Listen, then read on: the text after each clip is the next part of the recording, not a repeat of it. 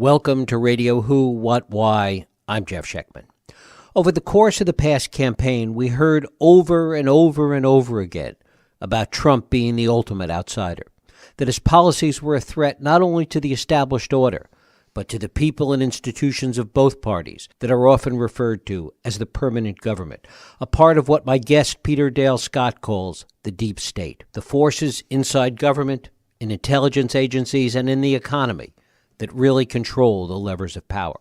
But is Trump really that outsider, or only a fig leaf to cover up, or at least paper over, a far deeper link to the established order? No one would understand this better than Peter Dale Scott. Peter Dale Scott is a former Canadian diplomat, a professor emeritus at the University of California, Berkeley, a leading political analyst and poet, the author of numerous books, and it is my pleasure to welcome Peter Dale Scott back to Radio Who, What, Why. Peter, thanks so much for being with us. Well, I'm always glad to be connected to Who, What, Why. Let me ask you, first of all, are you surprised by any of this? I mean, as you've watched the whole Trump phenomenon unfold from the primaries... I was sure for about 10 days that Trump was going to be the winner, and then I was a sucker for these beautiful maps that they put on, and when I saw that the chances of Clinton's election ran from 70% to 84%. I fell for that. But up until about 4 days before the election, I had been convinced for a long time Trump was going to win. What made you think that? Because I believed that he was reaching people that the media weren't, and particularly I felt that I decided this guy, he looks stupid to us, but I decided he's actually very smart, and he was doing a kind of jujitsu, and he was making the New York Times and the big TV networks perform in a way that helped him. Which really brings us to the question of the degree to which he is an outsider or not, whether he represents really a change from the forces of the deep state, the internal forces, the permanent government, or whether he's just really a front in some ways, a fig leaf for all of that. No, I think he's no man can be a complete outsider and become a candidate to the presidency. And we've had people who've come out of nowhere. I mean, that was Goldwater, Reagan. But there's always, this is why I talk about a deep state. And, the standard election, this one was not quite standard because we had a millionaire running. But in the standard election, first of all, the candidates, the real primary is to get money. And that primary selects out the people who will be the candidates, the private primary before the public one. And in this election, we had one man who could fund himself in the early stages, Trump, but not in the final stages. That's why there is a powerful inside backing to Trump, which I'll get to in a moment. But we also had Bernie Sanders, who did a remarkable job of getting small amounts of money from a lot of people. One thing this election tells us, which I think we knew anyway, and that is that the global system is in real trouble. And a lot of people are not being satisfied by it, and the people who are not being satisfied are speaking up all over the world. So that when we think about what happened here, we have to think about Brexit, and we have to think about the challenges to the EU from inside the EU, Poland, France, etc. It's happening all over. And if you do believe in democracy, and I'm not sure I always do, but I do right now. I think democracy corrects things, and the corrections are often very painful and sometimes do stupid things. But if you believe that the world has to get to a different world, and that's been my whole life, we can't go on with the status quo. This is the way we stumble towards a better world. So. I'm not gloomy. Hillary said her last speech is one of her best.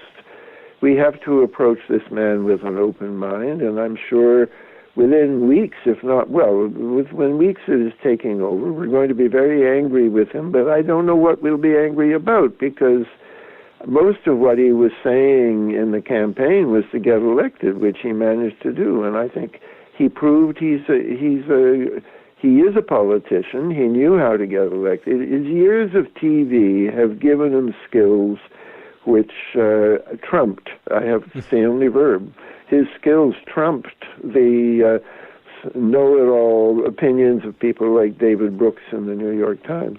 You know, I think American capitalism needs a kick in the pants, and Trump is a kick in the pants. So I'm not, everyone's angry, gloomy, I'm none of those. To that extent, do you expect that ultimately what he's going to do is going to be fundamentally different, or that it's going to even satisfy those people that were his most ardent supporters? Well, first of all, nobody, every candidate disappoints people. But I think I've said on my Facebook page, and I'll still say it, that he will have to operate within the parameters of the deep state, and that's always been the case. Let's go back, though. I think we have to see the way in which Trump is. There are insiders backing him. I think it was very interesting that he ended up with his finance chairman was Steve Mnuchin. And many people may not have heard that name before. Steve Mnuchin, Mnuchin. If you go Google for him, he was Goldman Sachs. And he took over the campaign when Trump's own money was beginning to run out. And not only was he Goldman Sachs, which is like Clinton appointing Robert Rubin to be Treasury Secretary, before that he was Skull and Bones. So people who, I don't think that Skull and Bones is the only center of the deep state. The deep state is pluralistic in its own way, and there are many equivalent. There's the Porcellian at Harvard and Princeton, all of these places. But yes, the campaign, as it got more and more serious, moved in towards the center to get funding from the deep state. And so there is a mixture of new and old in Clinton, and he has a whole agenda of things to do, and the question is, which ones will trump the others? Mm-hmm. The verb trump is very, very relevant here, because you cannot simultaneously reduce taxes for the wealthy and also arrange for a wall to be built along the border in Mexico. That was pure poetry. That appealed to the worst in a lot of Americans. That wall is not going to be built, and it's just a symbol for the things in his agenda. It's a mixture of the possible and the impossible. Can I say what I hope will be his primary agenda? Please. Now, this is me as a poet speaking, a utopian, but I hope that Putin invites him to Russia, to Moscow, before he becomes president, and that he goes to Moscow, because I do think, I felt this all the way through, that the one good thing, as opposed to Hillary, was that Hillary and Kerry, the only serious candidate I ever knew, and I worked for him in Washington for 6 months, but they're terrible on Eastern Europe. They've campaigned about Crimea and what we've been doing in the Ukraine, and now that NATO is having exercises in Estonia and Latvia. This is all terrible, should stop immediately, and Trump is the man who could do something about that. And I'm not sure he will, but Hillary says approach him with an open mind. I think with an open, I just hope he will develop, because in Russia they're very happy that he was elected, and they have reason to be. The Russians have very good reasons to be frightened of America. We've got troops in Estonia. We have troops in Afghanistan. They see themselves being surrounded.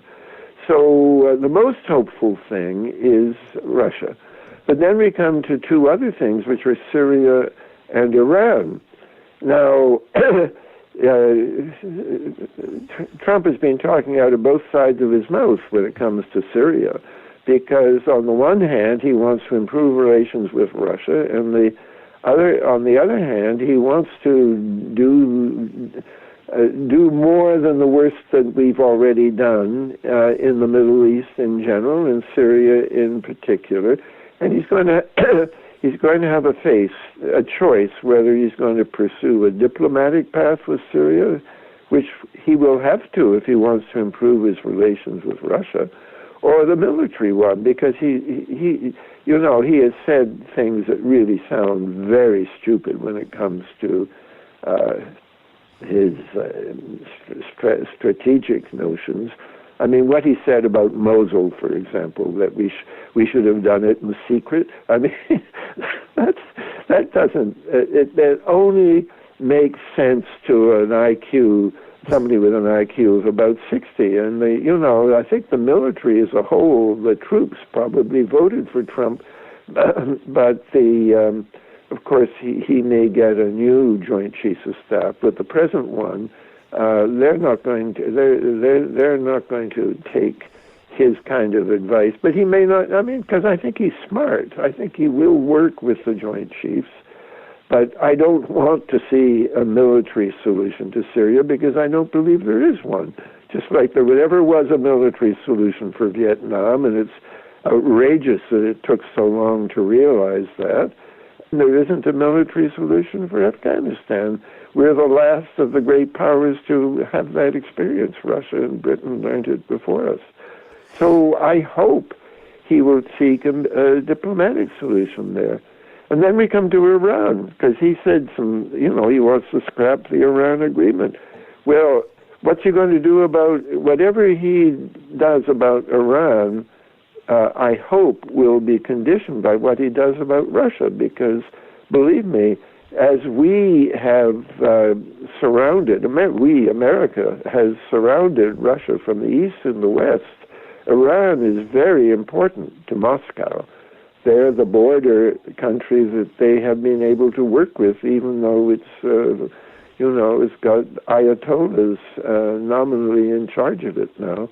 So the Iran deal, he can do something unilaterally and just scrap it, but then what's that going to do with his relations with Russia? So all the way through here, we don't know. I'm just sharing my ignorance with the audience. I mean, I guess the other part of the question is, relative to all of this, Peter, is the degree to which he's a skilled enough politician to keep all of these plates spinning, to keep all of these different groups satisfied while he does all of these things, because clearly it's going to be a balancing act. Yeah, well, I think probably the first thing we want to see is, who does he surround himself with? Who will be his chief of staff? Who will be his secretary of state? Who will be his attorney general? And then, of course, he'll probably assemble a coalition of people who start fighting each other to some extent, because he's been so all over the map. Certainly, I think there's going to be a huge gap between what he said he was going to do and what he actually does. That's where I feel the deep state will kick in. And, if a president gets one thing done, like Obamacare, it's a huge achievement. And with Congress the way it is, let's talk about him first. He does certainly have skills, and they're, I think, conflicted. I think he suffers from egomania that's going to hurt him a lot. And it hurt him at times in the campaign. But he's also, he's good at reaching people, much better at reaching people than we snobs thought he was. And he's also, he's smart. And if he really wants to last 4 years, he will make some mistakes and hopefully learn from them and stumble his way. We just don't know. I don't know which of his whether his ego or his smarts will dominate. I predict that both will be part of the drama for the next 4 years. Talk a little bit about what you see as his smarts. His smarts how? I mean, certainly he hasn't shown it in a willingness to understand or to confront or to embrace policy, either foreign or domestic. No, I don't think he's really been focused on policy. He's been focused on getting elected, which he managed to do. And, we all laughed at him. Everybody in the primaries, they didn't think he'd win the primary. But he was on to, his smart was that, he does television. His smarts come from his having done his TV show, in my mind, not from the art of the deal and his experience in real estate, which he certainly, it was successful in the sense of putting the name Trump all over the place. And maybe he really did, people said he doesn't even want to be president. I think, no, I think his ego is such that he did want to be president. And pasting the name Trump on buildings all over the place helped him get there. That's the kind of smarts he has, and it's of no use at all being president. So whether he can now turn around, he ran a TV show that was successful for many years, and that means you have to work with people. So he certainly has worked with people. He's put together deals, and so whether if he's a smart, if he's a smart dealer, the next 4 years, I'm not talking about the reasons why we should be so scared of this man, because they're there, believe me. But I think it's our job now to see what is the what not only how to, in the end of this show, we want to see what 2020, and I want to talk about Elizabeth Warren, because I think this election has, to me, vastly increased the chances not only that Elizabeth Warren will run in 2020, but that she'll be elected. Because I think that whatever maybe I'll just say a bit more about that. I think I'm going to talk about the possibilities for Trump, but I think that I think he's a one-term president, or I hope he's a one-term president. Of course, I hoped that Nixon and Reagan would be one-term presidents, and I was wrong both times. But I think he is so inexperienced, and I think probably has given so little real thought to his policies that. Well, let's just say I hope he's a one-term president. And then I think we get Elizabeth Warren, not just as a candidate, but as a president. Talk a little bit finally about what do you think that the Clinton campaign and the Democrats and that everybody that was so smug, as you talked about before, about how this was going to play out, what did they all miss? Well, I think there's been... We have to say a bit about what's happening to both parties here. The Republicans used to be the party of the rich, and in this campaign they were the party of the uneducated.